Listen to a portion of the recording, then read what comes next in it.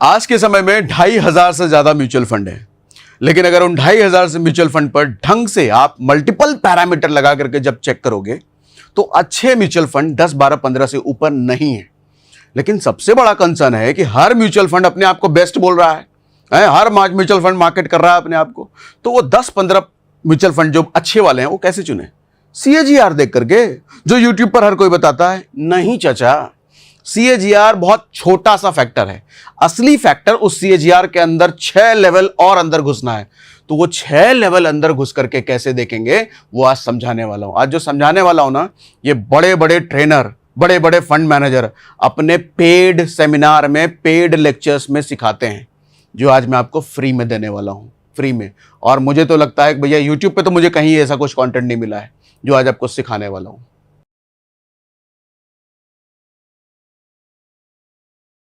Mutual fund में अगर आप इन्वेस्ट करते हो या करने का सोच रहे हो तो 6 ऐसे पॉइंटर्स आज देता हूं जिसको देखे बिना कभी भी म्यूचुअल फंड में इन्वेस्ट मत करना। म्यूचुअल फंड अच्छा है, लेकिन कौन सा अच्छा है ये चुनने के लिए 6 फैक्टर अभी आपको देने वाला हूं। और मुझे तो लगता है जो फैक्टर अभी बताने वाला हूं, शायद यूट्यूब पे मुझे नहीं मिला कि यूट्यूब पर इन फैक्टर पर कोई बात करता है। वही बेसिक्स बात होती है। आज मैं आपके म्यूचुअल फंड की नॉलेज को एक लेवल ऊपर बढ़ाने वाला हूं।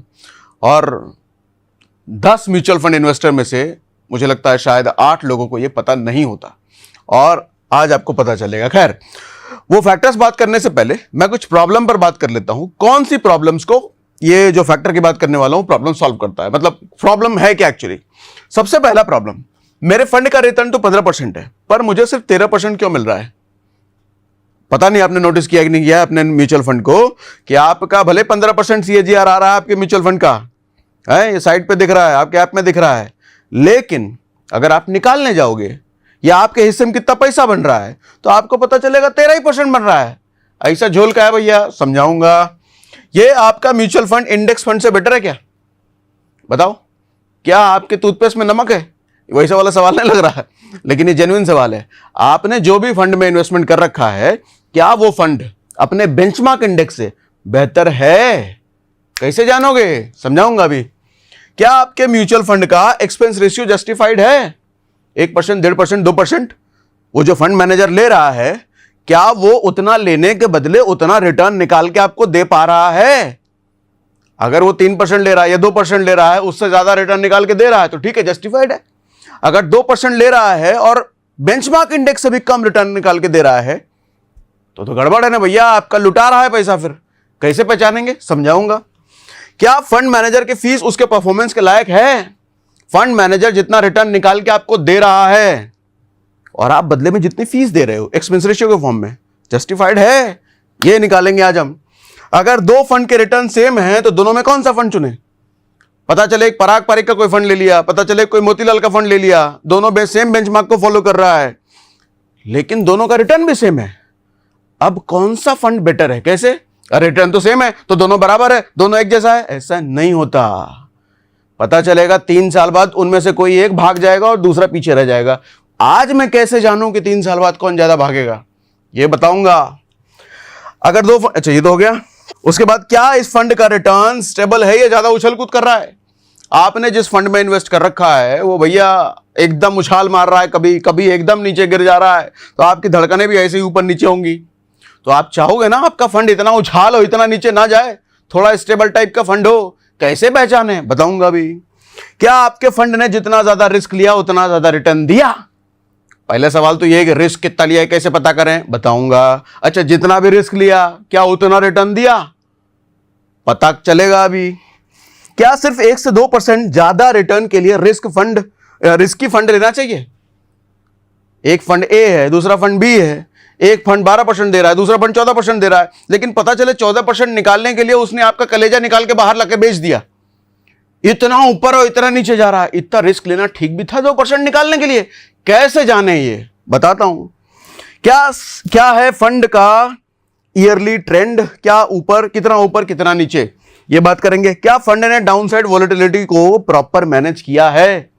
इसका मतलब भी हो सकता है आप कंफ्यूज हो, ना समझ में आओ, समझाता हूं सब। तो कुल मिलाकर के ये सारे प्रॉब्लम स्टेटमेंट हैं, ये सारी समस्याएं हैं, ये सारे मन में सवाल हैं। इनमें से ज्यादातर तो सवाल तो हो सकता है बहुतों के मन में अभी तक आए ही नहीं होंगे। अरे ये फंड ने 17% 20% रिटर्न दिया, डाल दो, बस यही तो होता है।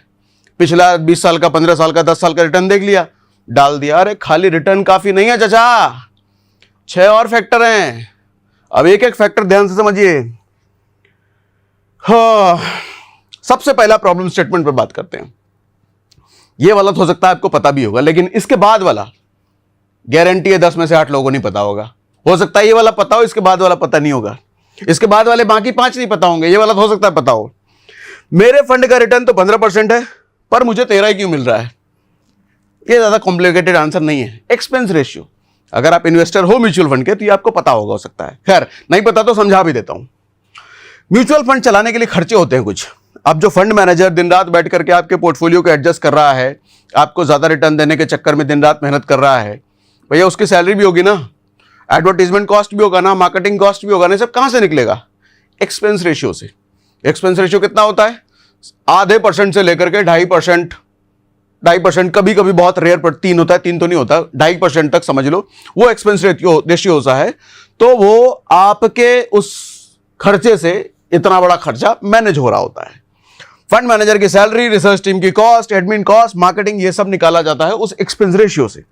ये सब खर्चे आपसे डायरेक्टली चार्ज नहीं करती है एमसी, आपको चुपके से काट लिया जाता है, मतलब वो चार्ज काट लिया जाता है, ठीक है, ऑटो डेबिट हो जाता है बेसिकली। इसको ऐसे समझो कि एक फंड है, फंड ए, मतलब म्यूचुअल फंड ए, 12% का एनुअल रिटर्न, ठीक है, एक्सपेंस रेशियो 1.5% का, ऐसा मान लो। आप कहोगे 1.5% कहां ज्यादा है, लेकिन भैया 12 में 1.5 माइनस करो, फिर आपको पता चलेगा अरे 10.5%। अब आपको झटका लगेगा, कहां 12.5%, कहां 12% रिटर्न मिल रहा था, अब 10.5 हो गया। क्यों? क्योंकि एक्सपेंस रेशियो लेके गया 1.5%। अच्छा, ये शॉर्ट टर्म में तो हो सकता है आपको ज्यादा फर्क ना पड़े, 10,000 रुपया डाल रहे हैं, उसमें 1.5% अगर काटिए लिया तो कितना कट जाएगा। लेकिन कल को सोचो 1 करोड़ हो गया, 1 करोड़ का 1.5% कटा, कितना कट गया? 1.5 लाख रुपए कट गए। और मान लो कल का आपका पोर्टफोलियो बड़ा होते होते होते होते 10 करोड़ तक चला गया, और 10 करोड़ पे 1.5% कटेगा, हिसाब लगाओ कितना होगा? 15 लाख रुपए कट गए। नई गाड़ी आ जाएगी इतने में, ठीक है। तो मैं ही नहीं कह रहा कि एक्सपेंस रेशियो भैया बुरा है, वो मेहनत मजदूरी कर रहे हैं आपके पैसे बढ़ाने पे, तो उनको तो चाहिए ना कुछ, लेकिन एक्सपेंस रेशियो कम से कम होना चाहिए। मैं 2.5% क्यों दूं या 1.5% क्यों दूं?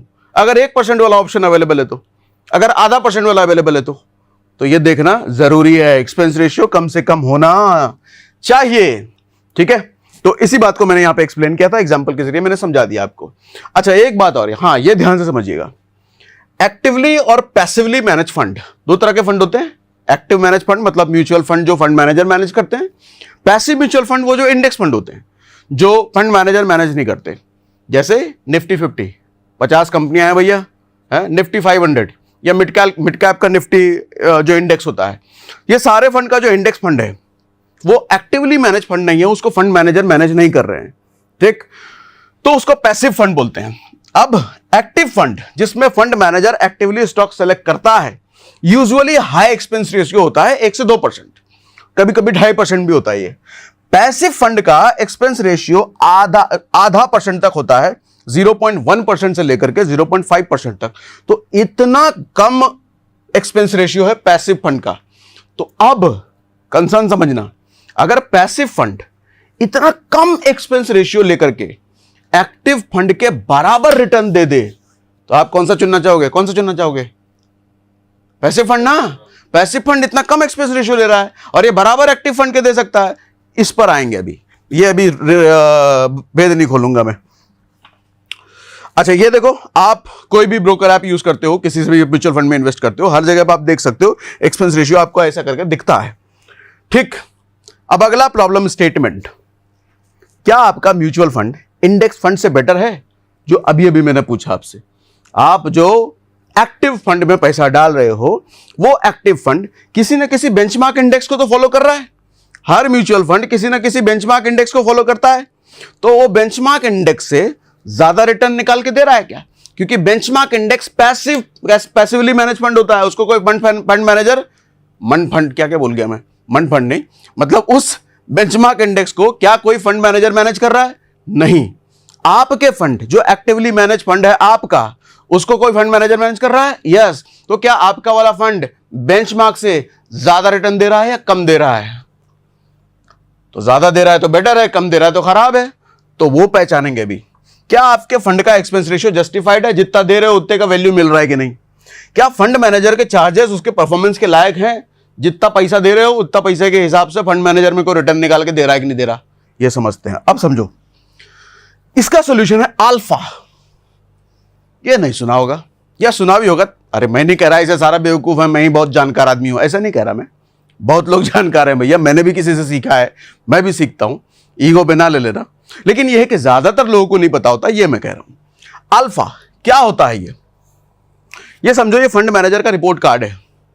जैसे अपन लोग स्कूल में पढ़ते थे तो कैसे एग्जाम के बाद अपना कार्ड मिलता था, ये ए ग्रेड में आया लड़का, बी ग्रेड में है, अरे ये तो सी ग्रेड का है एकदम, इसको बाहर करो निकाल करके, धूप में खड़ा करो। ऐसे जो फंड मैनेजर जिसको आपने अपना पैसा दे रखा है, सही है कि नहीं, सही हाथों में हमारा पैसा है कि नहीं, उसका रिपोर्ट कार्ड है ये अल्फा। कैसे? समझिए, म्यूचुअल फंड में ऐड में क्या होता है? हमने मार्केट को बीट कर दिया है, ये वाला म्यूचुअल फंड, वो वाला म्यूचुअल फंड, मार्केट को हमने बीट कर दिया, मतलब इंडेक्स से ज्यादा रिटर्न दिया, ऐसा आता है ना। उनकी इस क्लेम को वैलिडेट करता है अल्फा। सच बोल रहे हो तो खाली झूठा ही बकैती कर रहे हो, ये पहचानेंगे हम अल्फा से। अब अल्फा क्या है? फंड ने मार्केट यानी कि उसका जो बेंचमार्क इंडेक्स है उससे कितना ज्यादा रिटर्न दिया या कितना कम रिटर्न दिया, मतलब वो एक्स्ट्रा कमाई जो फंड मैनेजर ने स्किल से बढ़ाई वो हमारे को समझ में आता है अल्फा से। आओ कंफ्यूज ना होना, अब आगे क्लियर करता हूं। और अब अल्फा कितना होना चाहिए, उसका क्या फॉर्मूला है? जो मोटा मोटे सिंपल सा ये फॉर्मूला है कि फंड का एक्चुअल रिटर्न, जो आपके फंड का एक्चुअल रिटर्न परसेंटेज मिला है, माइनस इंडेक्स का रिटर्न। आपका फंड 15% कमा के दिया है, इंडेक्स का 13 ही दिया है, आपके फंड ने 2% ज्यादा कमा के दिया, मुबारक हो अगर ऐसा हुआ है तो। देखो अब इसका मतलब, अगर अल्फा पॉजिटिव है तो फंड मैनेजर ने मार्केट से यानी कि आपके बेंचमार्क इंडेक्स से ज्यादा बेटर परफॉर्म किया है, तो फंड मैनेजर ने दिमाग लगा करके भैया ज्यादा कमा के तो दिया है, तो इसका अल्फा पॉजिटिव है। अगर अल्फा नेगेटिव है, अच्छा अल्फा कहां देखते हैं भी दिखाता हूं। अगर अल्फा नेगेटिव है, फंड मैनेजर ने मार्केट यानी कि बेंचमार्क इंडेक्स से कम रिटर्न दिया है, तो आपको लगता है ऐसे फंड मैनेजर को देना चाहिए था अपना फंड, ऐसे फंड में इन्वेस्ट करना चाहिए था? नहीं ना, तो काहे को इन्वेस्ट करके बैठे हो? अब आप कहोगे हम कैसे जाने कहां लिखा होता है ये? लो पहले ये देख लो, पहले आपको दिखाई देता हूं कहां लिखा होता है, उसके बाद जाता हूं। सर ये एक फंड है, कौन सा? ये बंधन स्मॉल कैप डायरेक्ट फंड। ये भाई इन्वेस्टमेंट का वो सब नहीं है, रिकमेंडेशन वगैरह ये ना समझ लेना। आज ये ठीक चल रहा है, कल को बर्बाद हो सकता है, इसलिए अपनी समझ बूझ लगाए बिना इन्वेस्ट मत करना। एक तौर पर जस्ट मैंने एग्जांपल के लिए इसका अल्फा देख रहा था मैं, इसका अल्फा देखो 7.90 है, मतलब मोटा मोटी 8%। अब 8% अगर अल्फा है, मैंने अभी फॉर्मूला क्या दिया कि आपके म्यूचुअल फंड का रिटर्न माइनस इंडेक्स का रिटर्न, वो जो परसेंटेज आ रहा है वही अल्फा है। इसका मतलब समझना, अगर ये 8% का रिटर्न है तो इंडेक्स ने 10% का रिटर्न दिया होगा, आपके म्यूचुअल फंड ने 18% का रिटर्न दिया होगा। 18 माइनस 10 तब तो 8 आया।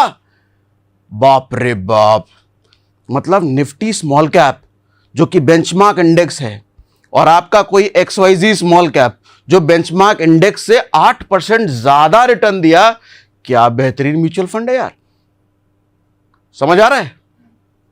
ऐसे समझ में आता अल्फा। अच्छा एक और दूसरा फंड मैंने ले रखा है, क्या नाम है इसका? Axis dynamic bond fund direct, बड़ी बड़ी बातें नाम। अल्फा देखो माइनस 0.05। क्या मतलब है इसका? कि इंडेक्स ने जितना दिया होगा भैया उससे भी कम है, ये माइनस में है।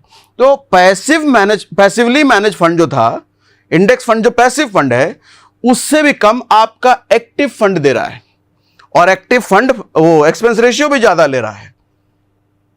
किसी काम का फंड है ये। अब यहां भी मेरी कोई रिकमेंडेशन वगैरह नहीं है, भविष्य में हो सकता है बदल जाए, वो अपना दिमाग लगाना, सिखाने के लिए बस ये बस मैं बता रहा हूं। ठीक है, समझा पा रहा हूं मैं? अब आ गया हूं, कहां गया ये?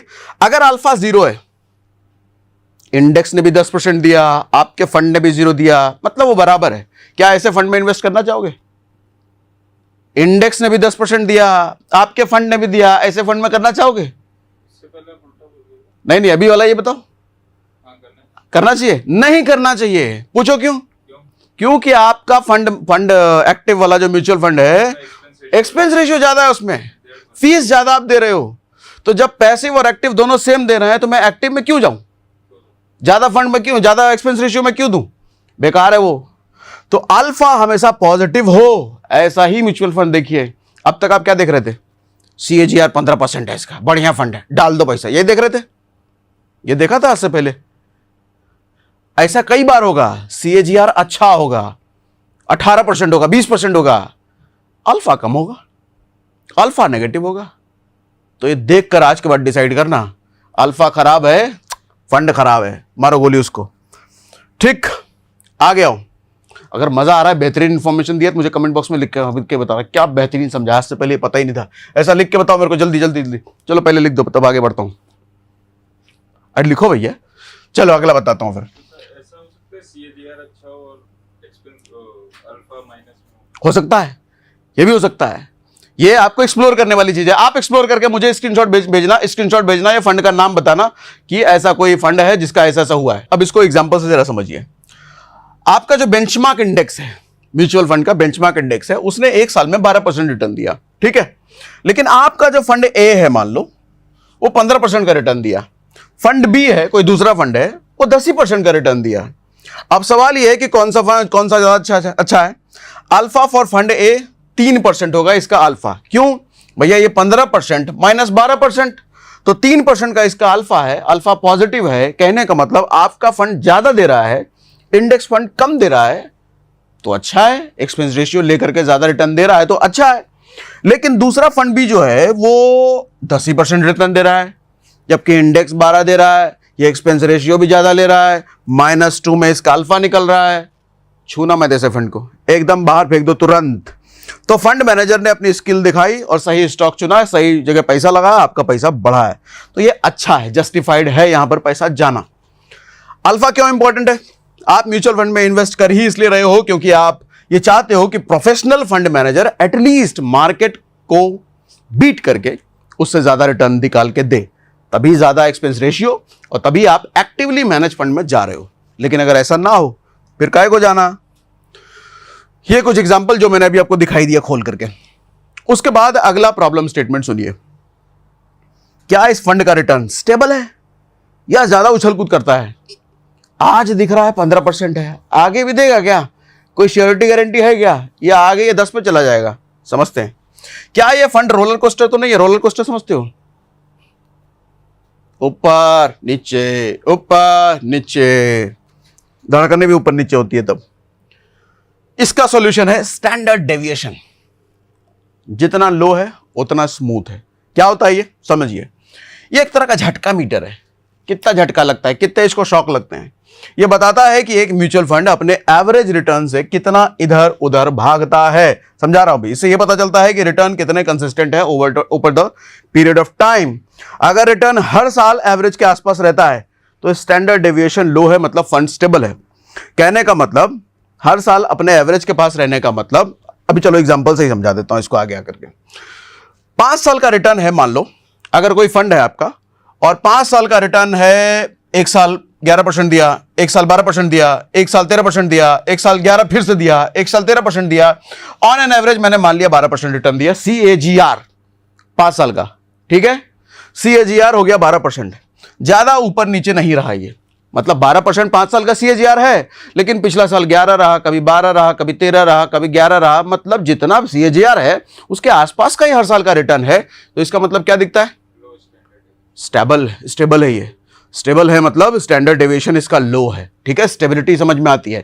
इसका मतलब कल को अगर बेचने की बारी आई, कुछ अचानक से ऐसा कोई सिचुएशन आ गया, घर में कोई जरूरत पड़ गई पैसे की, तो आप 11 पे बेच दोगे, 12 पे बेच दोगे, कभी 11 फिर से बेच दोगे, ज्यादा लॉस नहीं होगा। प्रॉफिट भी होगा तो बहुत ज्यादा नहीं होगा, लॉस भी होगा तो बहुत ज्यादा नहीं होगा, ठीक है। तो ये फंड स्टेबल है, ठीक। दूसरी तरफ फंड भी है, दूसरा फंड है 5 साल का रिटर्न, किसी साल इसने 5% रिटर्न दिया, किसी साल 26% रिटर्न दे दिया, कभी -3 चला गया, पाताल में घुस गया ये, कभी 18 दे दिया, कभी 14 दे दिया, मतलब कितना ज्यादा उठा पटाक इसमें चल रहा है। और इसने भी CAGR 12% दिया 5 साल में। अब इसमें रिस्क ये है कि कल को 3 साल बाद आपको अचानक से पैसे की जरूरत पड़ गई, ऐसा कोई अकाल कुछ जरूरत पड़ गया, उस वक्त आपका फंड नेगेटिव में था, 3% लॉस में आप फंड निकालोगे अपना। एक महीना तो एक साल तो 26 दिख रहा था, लेकिन उस वक्त निकाला नहीं, लेकिन जब जरूरत पड़ी पैसे की तो -3, अब -3 पे निकालना पड़ेगा। तो ऐसा फंड कभी भी झटका दे सकता है आपको, जरूरत पड़ने पर यह पीठ दिखा के भाग सकता है। तो बहुत ज्यादा ऊपर नीचे है मतलब रिस्की है, इसका स्टैंडर्ड डेविएशन बहुत हाई है। तो ऐसे फंड चाहिए कि नहीं चाहिए? नहीं चाहिए भैया, किसको चाहिए ऐसा फंड? कंक्लूजन, दोनों का एवरेज रिटर्न 12% है, पर रिस्क का लेवल अलग अलग है। तो अभी जो हम बात कर रहे थे शुरुआत में कि हम सिर्फ CAGR देख करके जाते हैं, CAGR तो दोनों का 12 था, है? कौन सा कैसे चुनते? सही कौन सा कैसे चुनते? स्टैंडर्ड डेविएशन बताया ना। फंड बी में पैसा डालते वक्त टेंशन ज्यादा होगी, क्योंकि पता नहीं आने वाले अगले साल में भैया 5% मिलेगा, 50 मिलेगा या -50 मिलेगा। स्टैंडर्ड डेविएशन ये हेल्प करता है। ऐसे में म्यूचुअल फंड कैसे सेलेक्ट करें? अगर रिटर्न सेम है, लो स्टैंडर्ड डेविएशन वाला फंड लो। स्टेबिलिटी चाहिए, सरप्राइज नहीं चाहिए, लो स्टैंडर्ड डेविएशन वाला फंड। और उसके बाद स्टैंडर्ड डेविएशन की वैल्यूज होनी कितनी चाहिए? सर 3 से 6% अगर है तो रिलेटिवली स्टेबल फंड है वो। अगर 10 से 15% है तो वो थोड़ा वोलेटाइल फंड है, मतलब ऊपर नीचे ज्यादा वाला। लेकिन 15% से ज्यादा है तो झुलाएगा बहुत ज्यादा आपको। तो आप डिसाइड करो कौन सा वाला फंड आपको चुनना है।